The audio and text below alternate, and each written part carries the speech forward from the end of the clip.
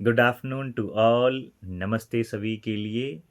मुझे आशा है आप सभी लोग अच्छे होंगे, सुखद होंगे। कल विजयदशमी है, जैसा आप सबको मालूम है। और विजयदशमी भारत के अलग-अलग राज्यों में अलग-अलग परंपराओं के तहत सेलिब्रेट किया जाता है। और हमारे कुल्लू में भी वैसा ही सेलिब्रेट किया जाता है। और कुल्लू में जो त्योहार मनाया जाता है, दशहरा सेलिब्रेट किया जाता है, वो अनेकता के होते हुए भी एकता का समावेश हमें बतलाता है। अनेक होकर के भी डाइवर्सिटी होते हुए भी यूनिटी को दिखाता है। और ये त्योहार हमारी देव संस्कृति को रिप्रेजेंट करता है।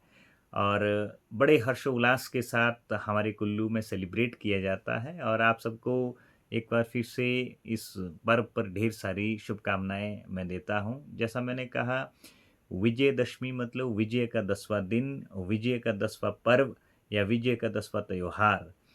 और विजय का मतलब है कि यदि हमारे भीतर ढेर सारी बुराइयां हैं, तो हमेशा जो जीत होती है, हमेशा जिस पर विक्ट्री पाई जाती है, वो है अच्छाई पर।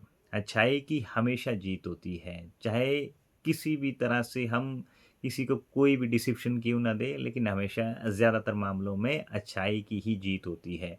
ये त्योहार हमें एक संदेश देता है कि हम जब टेम्पल जाते हैं, मैं खुद टेम्पल जाता हूँ और हर रोज़ अर्चना और आराधना करता हूँ अपने कुल देवता की या और देवी देवताओं की।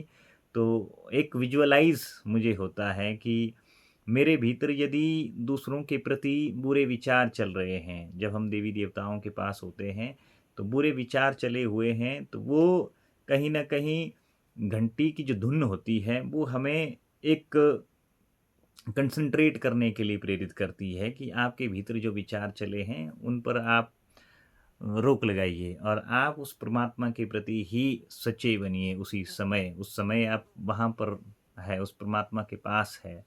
तो इसीलिए मुझे लगता है कि जब भी हम टेम्पल जाते हैं, धार्मिक होना ज़रूरी नहीं है, लेकिन हमारी थॉट में, थिंक में धार्मिकता होनी ज़रूरी है कि हम रियल में सोचते क्या हैं, विजुअलाइज़ क्या करते हैं। तो तभी इस त्योहार का मनाने का कोई मकसद है, इंटेंशन है, अदरवाइज़ वो एक फ़ॉर्मेलिटीज़ है। तो इसीलिए मैं कहता हूँ कि विजयदशमी पर फिर से एक बार कहूँगा आपको ढेर सारी शुभकामनाएँ।